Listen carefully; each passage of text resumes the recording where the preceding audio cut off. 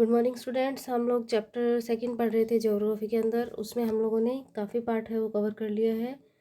Last जो हमारा topic बचा है natural vegetation and wild life. देखिए ये जो सारा चैप्टर है वो हमारे अराउंड जो भी होता है उससे रिलेटेड है। ठीक है, हमारे जो रिसोर्सेज होते हैं ना, लैंड, वाटर, सॉइल, वेजिटेशंस, तो एटमॉस्फेयर से रिलेटेड है। ठीक है, some school childrens were visiting an exhibition on handicraft. School के कुछ बच्चे हैं वो हैंडीक्राफ्ट एग्जीबिशन में जाते हैं। देखिए हैंडीक्राफ्ट में क्या होता है, जो हाथ से जो भी चीज़ें बनाई जाती है ना वो वहाँ पे शो करी जाती है। The articles in the exam exhibitions were collected from different part of the country. और ये जो हमारी कंट्री है उसके अलग अलग पार्ट से कलेक्ट किए गए थे। ठीक है, हम आपके यहाँ भी कभी कोई एग्जीबिशन लगती है हैंडीक्राफ्ट की तो आप लोग जाके देखना किस तरह से जो हमारा पूरा इंडिया उसको रिप्रेजेंट करते हैं। Mona pick up a bag and exclaim, this is a beautiful handbag. ठीक है, yes it's is made of jute. Mona है वो एक बैग देखती है और वो जूट का बना होता है। The teacher said, do you see those baskets, lamp shades and chair. और ये चीज़ें भी होती है वहाँ पे। Those are made of canes and bamboos. ठीक है, तो ये लकड़ियों जो बेम्बूज वगैरह होते हैं ना इनसे बनी होती है, केन से। In the eastern and north eastern humid region of India. देखिए इंडिया के अंदर जो ईस्टर्न पार्ट और नॉर्थ ईस्टर्न का पार्ट होता है ना, वहाँ पे ह्यूमिड रीजन होता है इंडिया के अंदर। वहाँ पे बेम्बू जो है वो बहुत ज़्यादा ग्रो करते हैं। बेम्बू के जो पेड़ होते हैं ना वो उगते हैं वहाँ पे। ये असम जो वेस्ट बंगाल वाला जो पार्ट है ना, असम के साइड में सेवन सिस्टर वाले स्टेट्स आते हैं उस साइड्स में। Jessie was excited to see a silk scarf. Jessie है वो सिल्क का स्कार्फ देख के एक्साइट हो जाती है। See this beautiful scarf, the teacher exclaim that silk is obtain. देखिए सिल्क किससे मिलता है, फ्रॉम सिल्क वॉर्म। सिल्क के कीड़े होते हैं, वॉर्म्स होते हैं, that are breed on mulberry tree. ठीक है, ये मल्सबरी जो ट्री होता है ना, शहद का पेड़, वहाँ पे होते हैं। तो सिल्क जो है वो सिल्क वॉर्म से मिलता है। ये आपने जो प्रीवियस क्लासेस थी उसमें भी देखा होगा।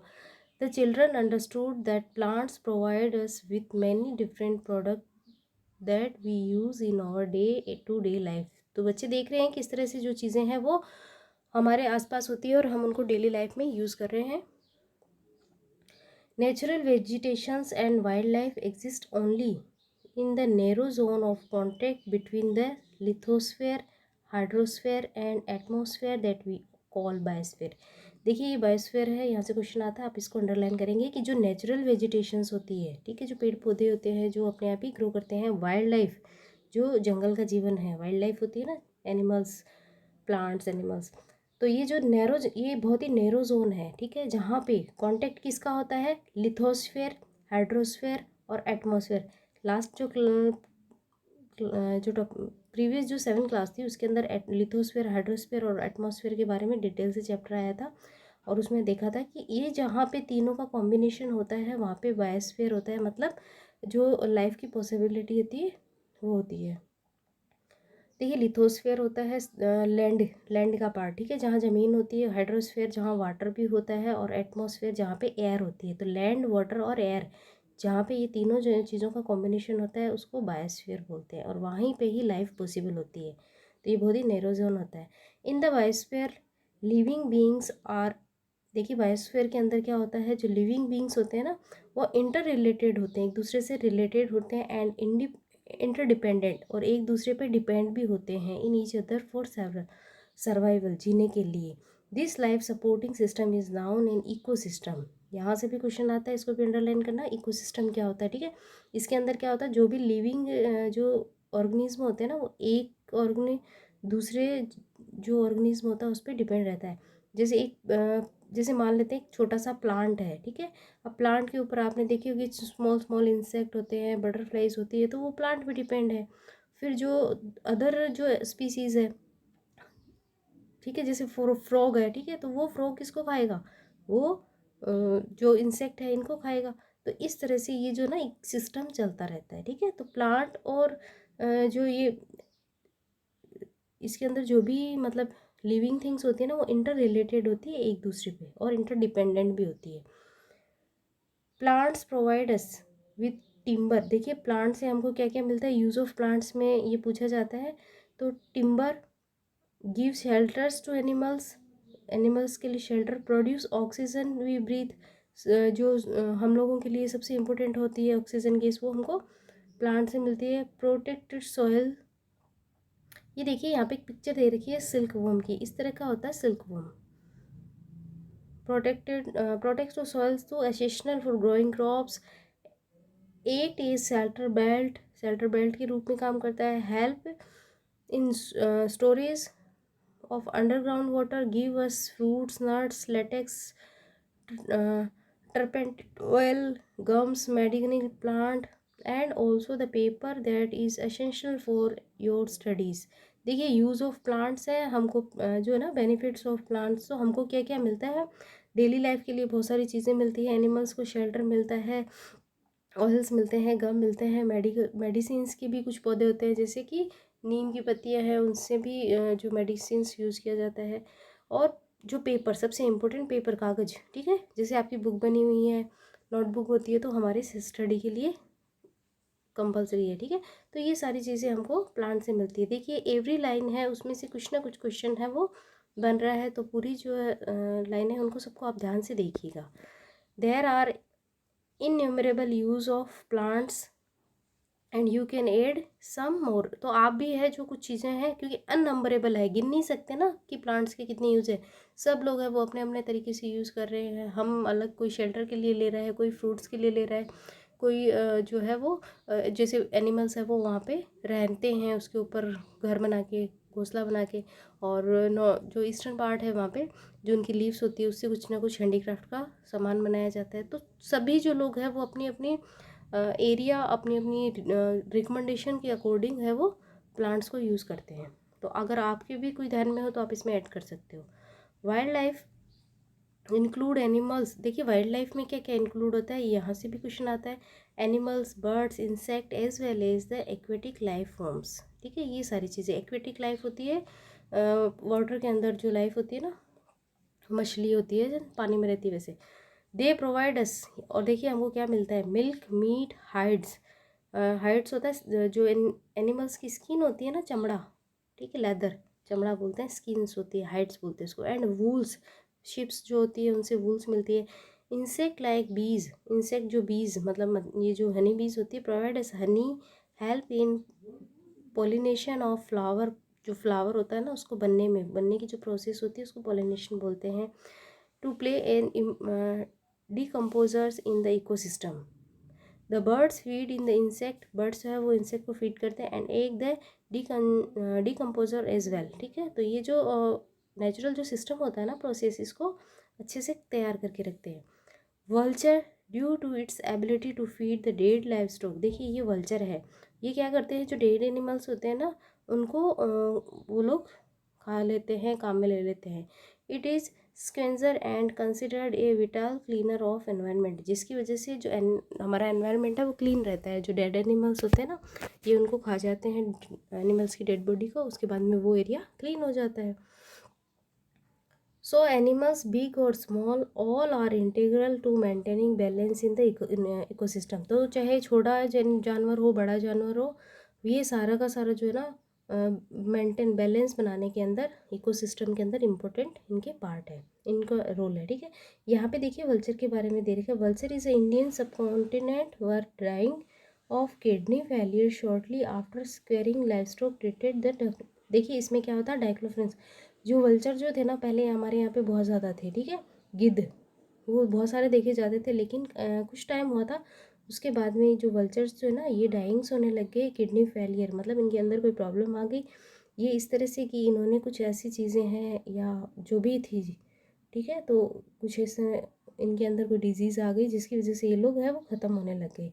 Pain killer that is similar to aspirin, ये देखिए पेन किलर जो हम लोग लेते हैं ना, एस्प्रिन, आइब्रोफेन, ये बहुत नुकसान करती है। तो इसी तरह के कोई केमिकल्स थे जिनकी वजह से ये वल्चर जो है वो ख़त्म हो गए।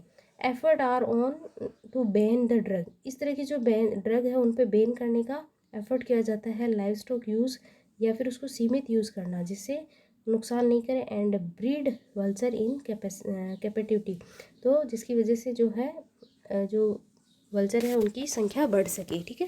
क्योंकि जो एक टाइम था तब वल्चर बहुत ज़्यादा थे और उसके बाद में इनके अंदर कुछ बीमारियाँ आ गई, ये जो हाई मेडिसिन वगैरह की वजह से, और अब उनकी संख्या बहुत कम हो गई है। तो इसकी वजह से ये जो पूरे सिस्टम को क्लीन रखते हैं तो वो एनवायरनमेंट जो है उतना क्लीन नहीं रह पाता।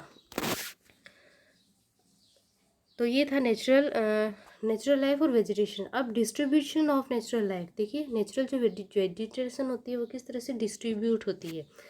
तो अलग अलग जगह अलग अलग कंडीशन होती है, हम लोग देखते हैं। The growth of vegetation depend primarily on temperature and moisture.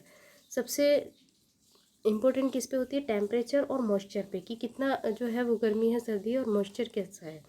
The major vegetation type of the world are grouped is forest. जो वेजिटेशन होती है ना वो ग्रुप ऑफ फॉरेस्ट के रूप में होती है। ग्रास लैंड, घास के मैदान, स्क्रब्स एंड टूंड्रास, ठीक है। तो ये सारी वेजिटेशन की अवेलेबिलिटी होती है यहाँ पे। इन एरियाज ऑफ हैवी रेनफॉल, जहाँ ज़्यादा बरसात होती है, ह्यूज ट्रीज, बड़े बड़े पेड़ होते हैं, many tribes, the forest are thus associated with areas heavy abundant water supply, जहाँ पे वाटर जो होती है ना वो बहुत ज़्यादा उनको मिल पाता है। As the amount of moisture decreases the size of tree and their density reduce, ठीक है। और जो मॉइस्चर जो होता है ना, देखिए as the amount of moisture decrease, जब मॉइस्चर कम होने लग जाता है तो जो ट्री की साइज़ होती है वो कम होती है, और जंगल जो होता है ना वो घना नहीं होता, डेंसिटी जो है जंगल की क्षमता कम हो जाती है। तो इसलिए जहाँ पे ज़्यादा पानी होते हैं वहाँ पे अच्छे जंगल ग्रो करते हैं।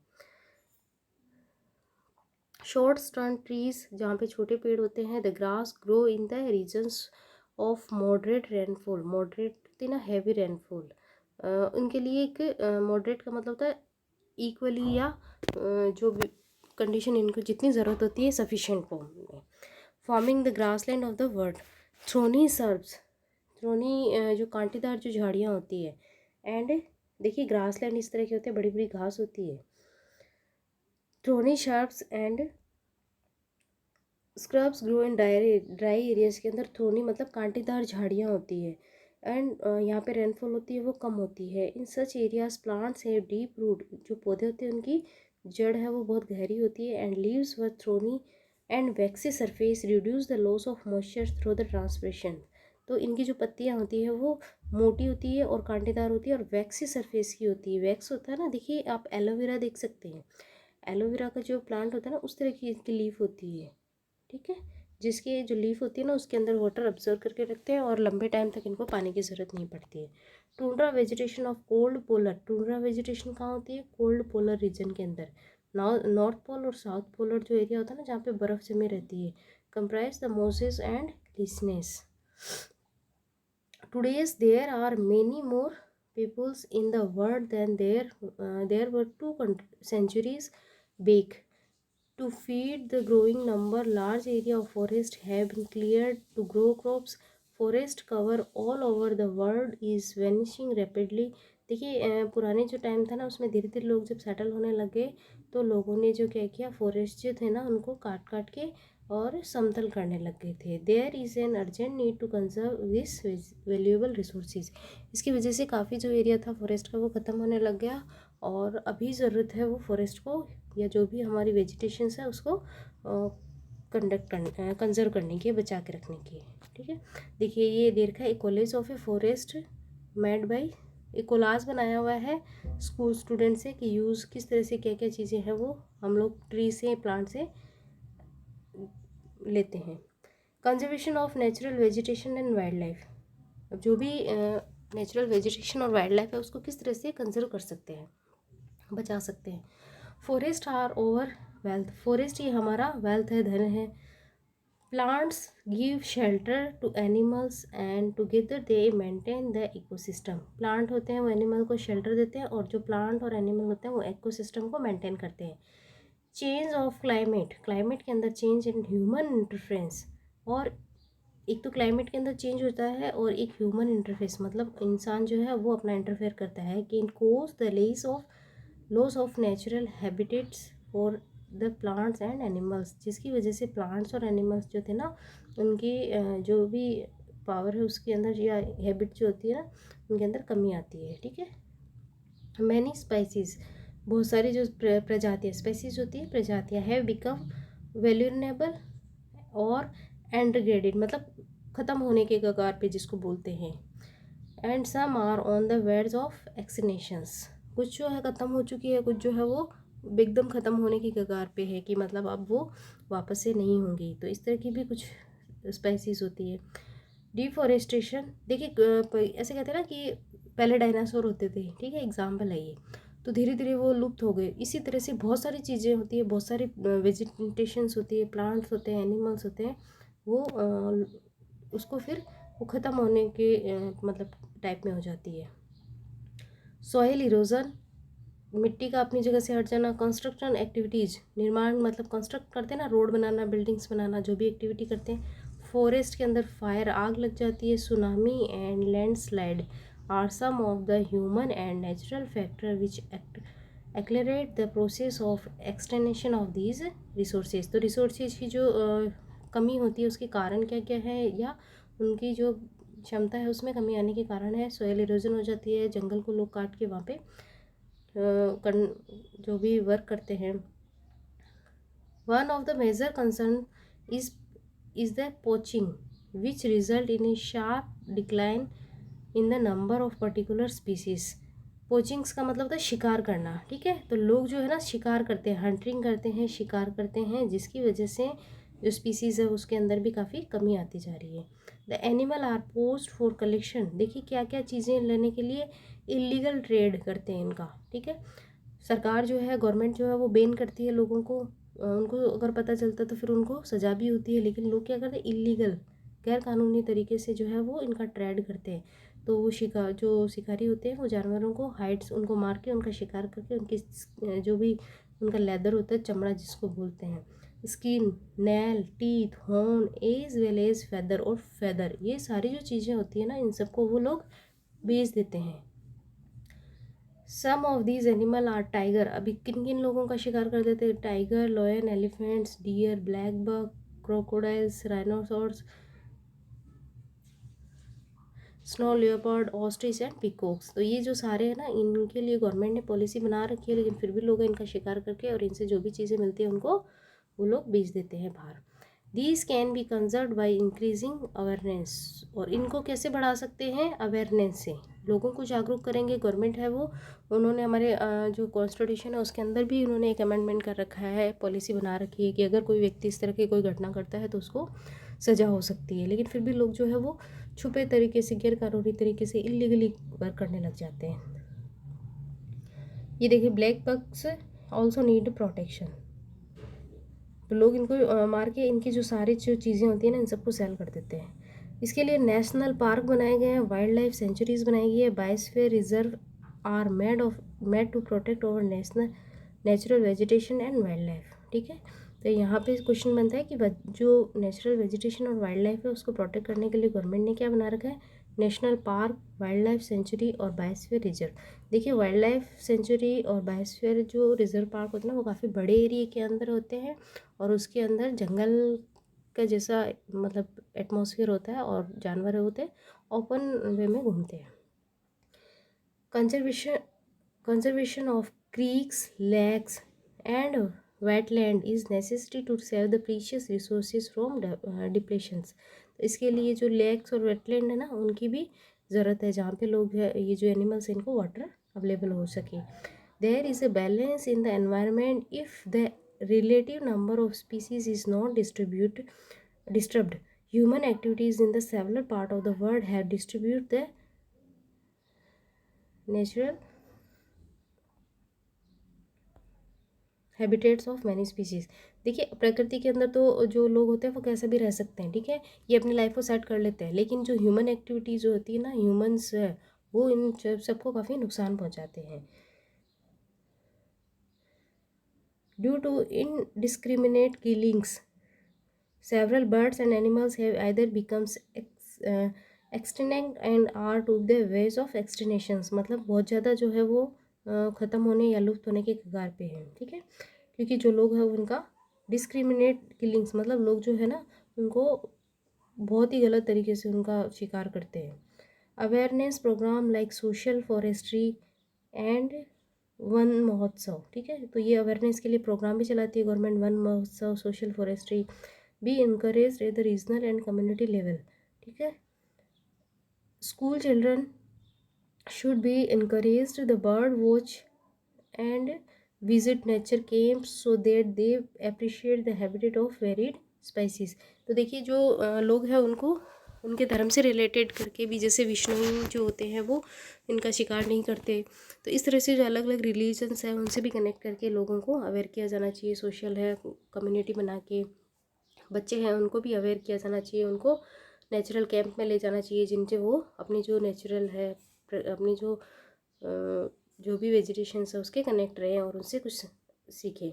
Many countries have passed law against the trade in as well as killing of the bird and animals. बहुत सारे जो देश है उन्होंने कानून बना रखा है।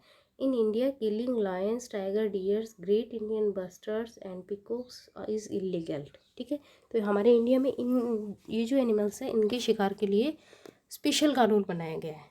देखिए वैसे तो सबके लिए मनाही होती है, लेकिन इनके लिए अलग से और कानून बनाएंगे क्योंकि ये जो स्पेसीज़ है वो धीरे धीरे ख़त्म होती जा रही है। एन इंटरनेशनल कन्वेंशन, एक इंटरनेशनल जो कन्वेंशन है, संस्था है CITES, ठीक है, CITES has been established that list several species of animals. उन्होंने अपनी एक जो स्पीसीज़ है, जो भी प्रजातियाँ, उनकी लिस्ट बना रखी है एनिमल और बर्ड की, विच ट्रेड इज़ प्रोहिबिटेड, जिनका ट्रेड करना पूरी तरह से बंद है, मना है। अगर इस तरह की इनके लिस्ट के अकॉर्डिंग अगर कोई किसी का ट्रेड करता है तो फिर उसको काफ़ी मतलब बड़ी सज़ा दी जाती है। Conservations of plant and animals is ethical duty to every citizens. तो हर जो एवरी पर्सन है उसकी खुद की एथिकल या मॉरल ड्यूटी है कि वो अपनी जो भी प्रकृति है, जो भी हमारे आसपास अवेलेबल है, उसको सेफ रखे, सिक्योर रखे। देखिए नेचुरल पार्क के अंदर दे रखा है ग्लोसरी में, a natural area designed to protect the ecological integrity of one और मोर इकोसिस्टम, ठीक है। एक एरिया जिसके अंदर फ्रीली होता है, डिज़ाइन किया हुआ, और एक या एक से ज़्यादा इकोसिस्टम बन सकते हैं for the present and the future generation, ठीक है। तो जानवर जो होते हैं ना उनके लिए इस तरह का एरिया खुला छोड़ दिया जाता है जिसके अंदर वो इजीली घूम सकते हैं। ये चित्तल का झुंड है। A head of elephant in Kaziranga National Park. देखिए काजीरंगा जो नेशनल पार्क है वहाँ पे हाथी हैं, और जो काजीरंगा जो नेशनल पार्क है ना वहाँ पे जो राइनोसोर्स है वो भी है, वन हॉर्न, एक सींग वाला गैंडा, ठीक है, वन हॉर्न बोलते हैं उसको। बायोस्फीयर रिजर्व्स क्या बोलते हैं, series of protected area link through a global network, ठीक है। इसका जो नेटवर्क होता है बड़ा होता है, internet and demonstrate the relationship between the conservation and development. तो एक जो लार्ज पार्ट होता है जो उनके लिए छोड़ा जाता है, ठीक है। इसके बाद में डू यू नो मतलब सीड्स की स्पेल जो फुल फॉर्म है ये आपको ध्यान में रखनी है, वन लाइनर क्वेश्चन में आता है। The conservation of international trade in endangered species of world fauna and flora. इस इंटरनेशनल एग्रीमेंट करता है बिटवीन द गवर्नमेंट, जो भी सरकारें होती है उनके बीच में एक एग्रीमेंट होता है। Its aim to ensure that international trade of specimens of the wild animals and plants does not इटेट देयर सर्वाइवल, ठीक है। तो जो प्लांट्स और एनिमल्स होते हैं ना इनके साथ में जो अनट्रीटेड बिहेव किया जाता है उसके लिए रफली 5000 species of animals and 28,000 species of plant. देखिए ये एनिमल्स की स्पीसीज़ है और ये प्लांट की स्पीसीज़ है प्रोटेक्टेड, इनको प्रोटेक्ट करने की ज़रूरत है। Bears, dolphins, cacti, corals, orchids and aloes are some example. तो ये कुछ एग्जाम्पल है कि इन जो एनिमल्स हैं इनको सेफ़ रखने की ज़रूरत है। आने वाले टाइम में इनको काफ़ी खतरा है या फिर ये धीरे धीरे ख़त्म हो जाएंगे, ठीक है। तो ये हमारा चैप्टर कंप्लीट हुआ। आई होप आपको अच्छे से समझ में आ गया होगा।